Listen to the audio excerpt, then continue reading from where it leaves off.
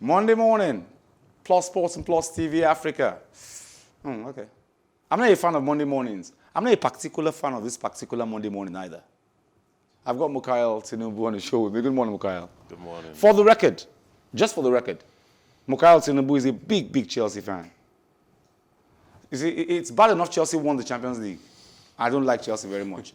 It's bad enough I have to co-anchor with a Chelsea fan. I've got Sayo. Sayo, good morning.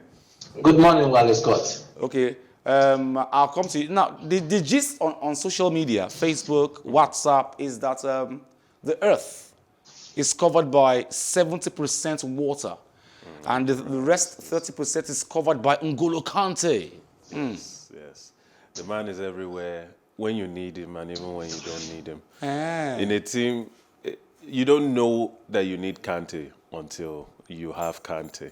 I don't think anyone would have thought when Leicester won the league that N'Golo Kante, as much as we rated him as being one of the pillars of that title-winning team, I don't think anyone expected that at this point, with his humility, with everything that we knew about him at that point, that he would one day become a winner of all trophies. Okay, Sayo.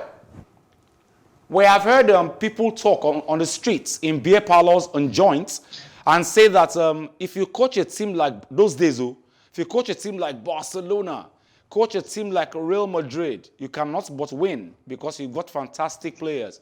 But Frank Lampard has been able to prove to us that you can have very good players and not win because you're not a good coach. Might I be right saying that? Yes, I want to agree with that. This was the same squad that Frank Lampard assembled together.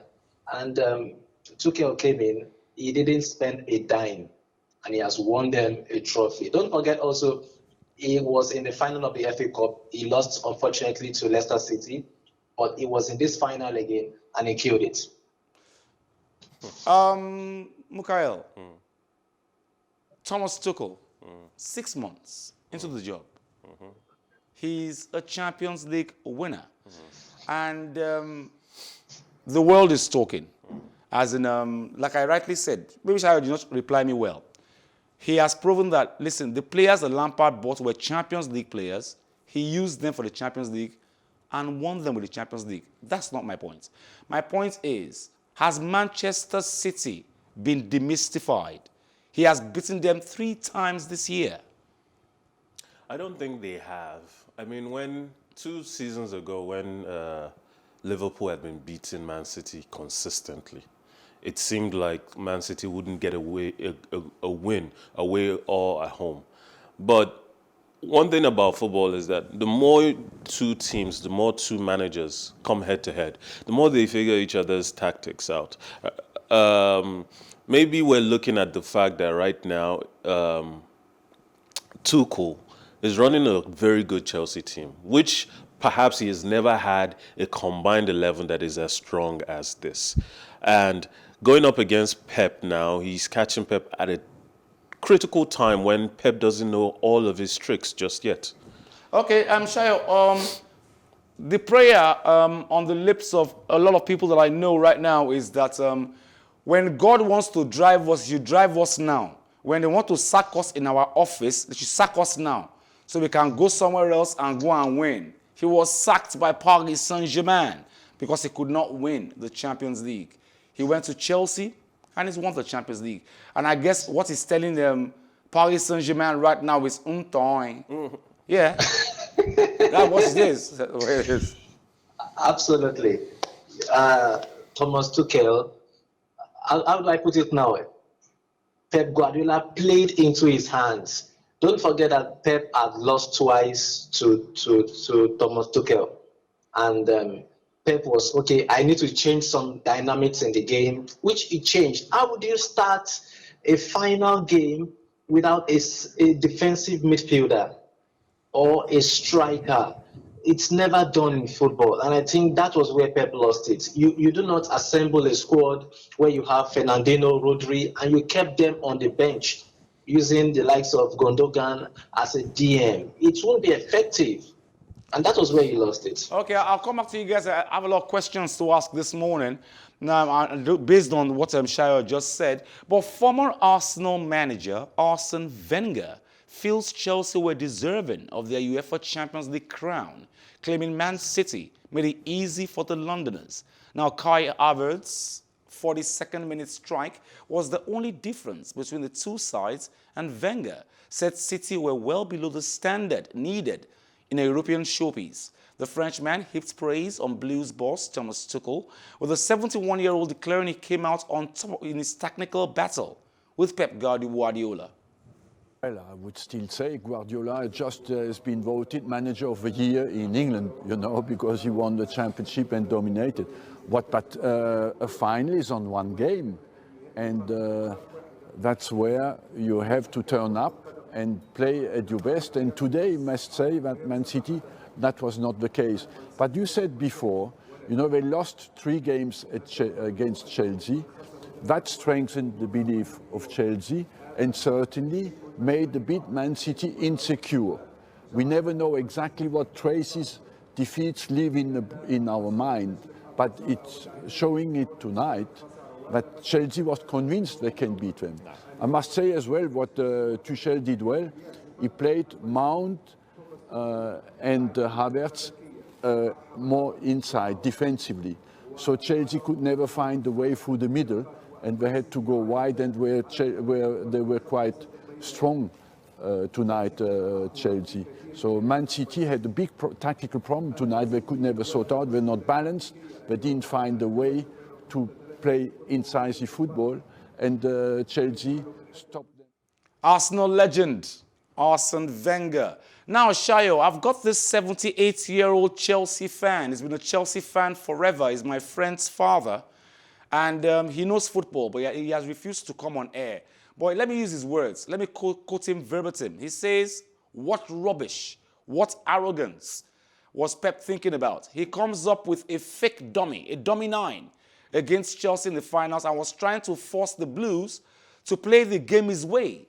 He had no defensive midfielder in that game against Chelsea. He planned to attack all through and expected Chelsea to defend all through, and that didn't happen." So I want to agree with what Wenger said and what the 78-year-old Chelsea fan said. You do not approach a final, a game of that magnitude, with sheer arrogance. I mean, it was total disrespect. How would you play a Chelsea side in the final with no defensive midfielder, like I mentioned earlier, no striker? Then you deploy Kevin De Bruyne at some point, Raheem Sterling as a false 9. It wouldn't work. It wouldn't work. And that was where he lost it. I think Tuchel knew what he was going to do, and then he played a counterproductive tactics against Pep. Mukhail, come on. Who does that? Who comes up with that kind of arrogance at the Champions League finals? You bring in Sergio Kun Aguero yesterday. You know, you don't bring him when he's supposed to bring him. He comes up with, you leave Gabriel Jesus on the bench. You bring a Phil Foden as a false 9. Personally, in my analysis of the match, I don't think it was a matter of arrogance. The way Chelsea are set up, very few teams can get behind them. And when you're a Man City, don't forget, these two teams are not playing against each other on equal footing. When you see a Liverpool versus Man City game, everybody's going at each other. It's almost like a basketball game. There's so much turnover back and forth over and over and over. But Chelsea, even though they are set up to defend deep, they defend high. And everybody falls back and defends at the same time. They pressure from the front and keep you in front of them, never allowing you to get behind them. Aguero might have made a difference, but it would have been very hard for him to get any opportunities to run past the last man, because there's never just one man as the last man. True. If he had gotten past Christensen, even after he came on for Thiago Silva, Rudiger would have been there covering. And we saw the... As in married to him. Married to him. Yeah. So I don't think there would ever have been a way that a striker would have changed the way Chelsea's defense would have kept Man City in front of them and kept them away from goal. Then as for the DM position, I understand that when Fernandinho came on, it allowed them to recover ball quicker in midfield and recycle it for more pressure, for more attack. But Chelsea are set up for that pressure. And all it ever has taken to beat Man City is one clear-cut, incisive counter-attack. Leeds did it this season, and they did it more than once in one game. Chelsea have done it to them more than once this season. And even Liverpool, even when they didn't win, you could see threats that they posed against them on the counter.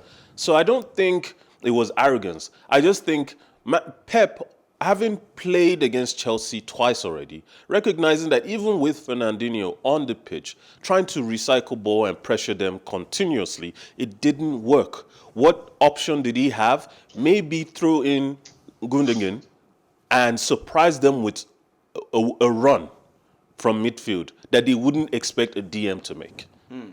Okay. Now, I've got this advice this morning. Now, all those who got up close to Champions League celebrations in the city of Porto should monitor for COVID-19 symptoms and avoid close contacts with others over the next 14 days, Portugal's Northern Region Health Authority said yesterday. Now, Portugal's Northern Health Authority has warned anyone who watched the Champions League in person over the weekend to monitor COVID-19 symptoms. Saturday's final between Chelsea and Man City drew big crowds of English fans who were largely maskless and did not social distance. Many took over the city of Porto along the riverside to drink and chant team slogans. Now, England head into Euro 2020 with a new factor for manager Gareth Southgate to deal with high expectations. In 2018, Southgate took a young England side to the World Cup in Russia, with few seriously expecting the team to return home with the trophy. England, helped by a favourable draw, but also some impressive performances, reached the semi-finals before bowing out to Croatia and were given positive reviews by most. This time, though, with its key players having matured and exciting young talent breaking into the side, the expectations go beyond just making a good impression. Regarding focus or professionalism, he has got one goal this summer whilst with us, and that's to win a European Championship. And I know how important that is for him at this moment in time. What's going on at his club is a matter for him and Tottenham.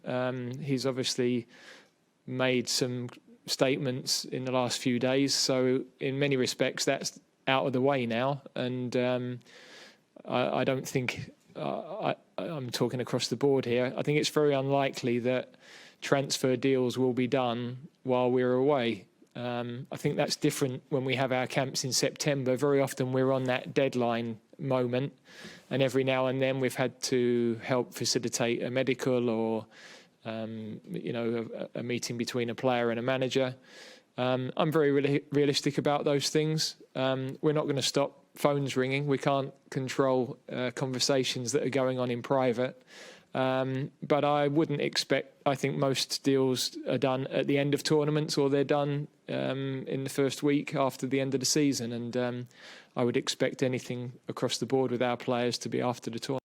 Well, I could easily get drawn into talking about any number of individuals that might be in the 26, and then I'm going to get myself in a mess. So what I would say is you're looking at 4 right backs, and I know people feel I have an obsession with right backs. I just see 4 good footballers. Trippier can play right back or left back. Trent can play right back, wing back. I think he can play in midfield. In the last few days, I've seen Reece James play right of a 3 at wing back in the middle of midfield. We're going to a tournament, and those sorts of flexible players that can fulfil different roles but are good footballers are going to be hugely important to us. So we really don't know how the next few weeks are going to play out in terms of availability, injuries, what our best systems will be with the people we've got available. We've got too many question marks as I sit here today, but that will all become far clearer. We know what we'd like to do, and we've got good contingencies in place. Now, Sayo, Nigerians, because the English Premier League is readily available to us most of the time, we actually believe that the English footballers are the best in the world. You know, but on paper, yes, we see them. But they get to these competitions and they are not that fantastic, really. Yes, most of English players have been hyped, or let me say overhyped by their media. And that's why when they go into tournaments, they falter. Most of them are actually average players, for exception of the likes of Harry Kane. I think it's just Harry Kane. I mean, the rest are sheer average. So going into the Euros, I don't think England can actually go past beyond the semi-finals of the Euros. Now, I've always said this. I think the job of being a coach of a country is always really very easy because most of the coaches in the clubs already do most of your job for you. You get Southgate now. He said he has seen Reece James in his club play somewhere, which means he can use him there too. The coaches tend to use your players for you. You can actually see their options. And then when they come to you, you have to little or no work to do, if you ask me. I don't think so. I mean, it still takes a lot. Throughout the year, these players are learning different tactical setups. They're learning different philosophies of football. And then you bring them together. Most of these players have serious rivalries with each other at club level. And then come tournament time, you expect them to perform and fit in perfectly. Don't forget, when Spain was dominating, a lot of those players were split between Real Madrid and Barcelona. Yeah. And all of them started together at youth level for the national teams and for their clubs. Even the academies, from way back when yes. they're coming. Yeah. So they knew they were all rooting, not just for their own individual careers, but for each other. They had formed families. When the breach and breakdown in the relationship between the players happened during Mourinho's era in Madrid, Sergio Ramos could call a meeting with Xavi. They could all show up and treat each other as human beings away from the... So I don't think it's that easy for a manager to still try and bring the same level of discipline. Because let's not forget, these players, when at club level, they're playing for probably more pride nowadays than they do for their national team. That. And even the golden era of footballers... More pride or more money? More money. The golden era of footballers for England, the Beckhams, the Gerrards, the Scholes. Okay, the English midfield, for example. No manager that came at that time knew how to fit all the best players he had into that squad. Even now that I look back, one of them would still have to drop, whether it was Gerrard or Lampard.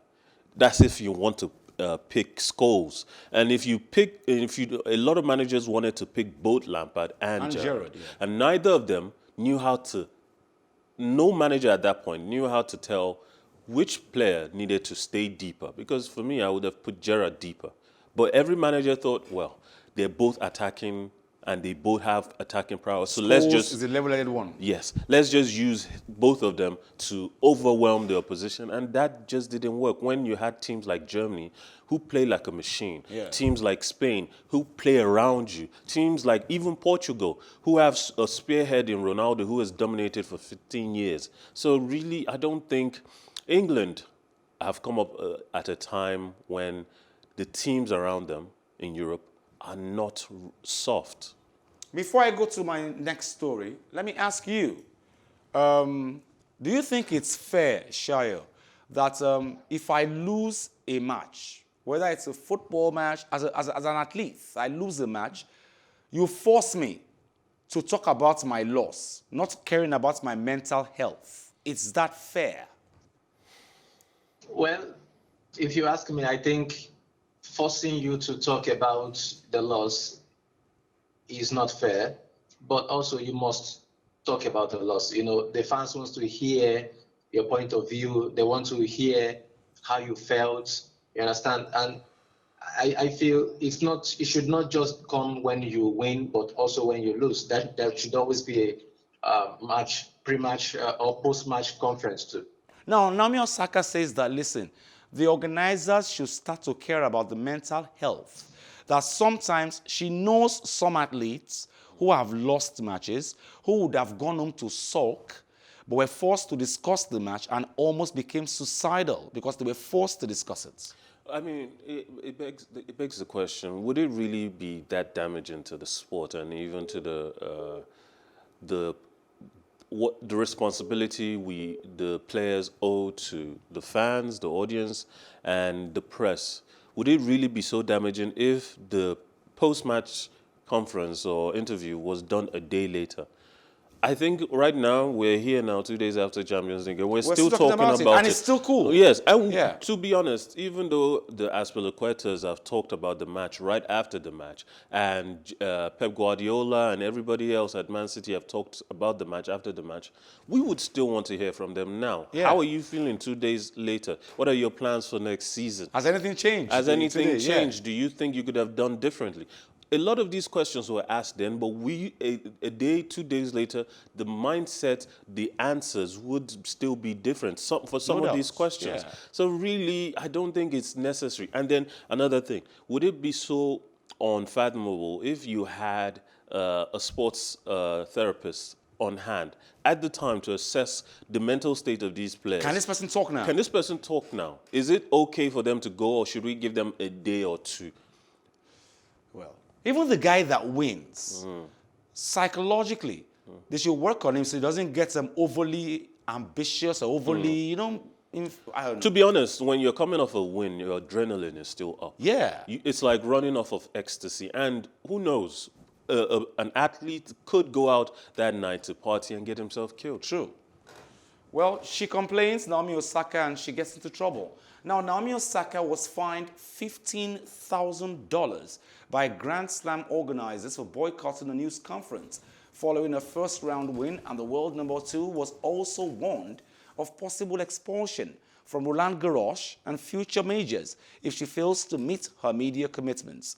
They further warned Osaka of possible expulsion from future tournaments if she fails to meet her press commitment. Now, although Osaka gave a courtside interview, her refusal to take part in a post-match news conference has resulted in a standoff with tournament organizers. Before the tournament started, Osaka said she would not attend any press conferences in Paris to protect her mental health. Now, let's come to this.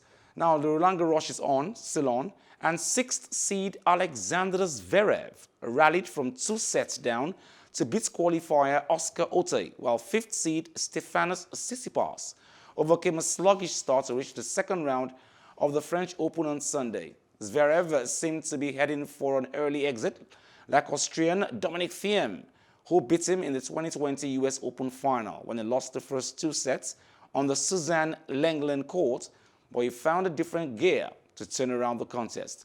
Zverev ended up winning the match 3-6, 3-4, 6-2, 6-2, 6-love. Later, Tsitsipas beat France's Jeremy Chardy 7-6, 6-3, 6-1, extending his winning run on clay to 5 matches after clinching the title in Lyon last week. Tsitsipas, who lost to 13 times Roland Garros champion Rafael Nadal in the final in Barcelona, steamrolled past the helpless Chardy in the other 2 sets. Well, I mean, I thought that in the first 2 sets he played actually quite well. He did exactly what somebody needs to do who's playing a top player in the first few rounds of a major. He already played 3 matches. I didn't have the match rhythm yet. And yeah, he did everything right, I feel like. I mean, he was serving well. He was, hitting the ball hard whenever he had a chance. I was reacting. I was reacting most of the time, and then once I got the break in the 3rd set, I started to. Now, Sayo, we said on the show recently that the future of clay courts was leaving Rafael Nadal, and we called names of players like Alexander Zverev, Dominic Thiem, and of course Tsitsipas. But of course, this is the most major clay court tournament in the world, the Roland Garros, the French Open, and Dominic Thiem crashes in the first round. Well, there are many upsets still to come, like we have noticed in many Grand Slams, and this Grand Slam will not be a difference. I still feel the big guns will still go a little further than this stage and then start facing each other and crumble. Tsitsipas, we've mentioned earlier, is still coming out strong, and some other big guns. So it's going to be an exciting one. Don't forget that we're still in early days for the Roland Garros. Thank you very much for joining us this morning, Sayo Oguntoye. Thank you very much. Always a pleasure. Thank you. Now, before we go, once again, congratulations, Mukhail Tinubu, on Chelsea's win and Champions League. And we'll be here again same time tomorrow. And of course, we said Dominic Thiem was going to be the future of clay courts. Well, is it just a minor setback? I think when we pick favorites, we do it because we want to be tribal. I think at the end, we want to fly a banner for someone because we think they're the ones who can represent the spirit that we have to be champions in sports. But that said, I think this is just one of those things that happens, and he'll pick himself up, and we will be here next time talking about how far he went and the fact that he won the competition. True that. Mukhail Tinubu, thank you very much for joining us on the show. Thank you for having me. See you tomorrow again. You too.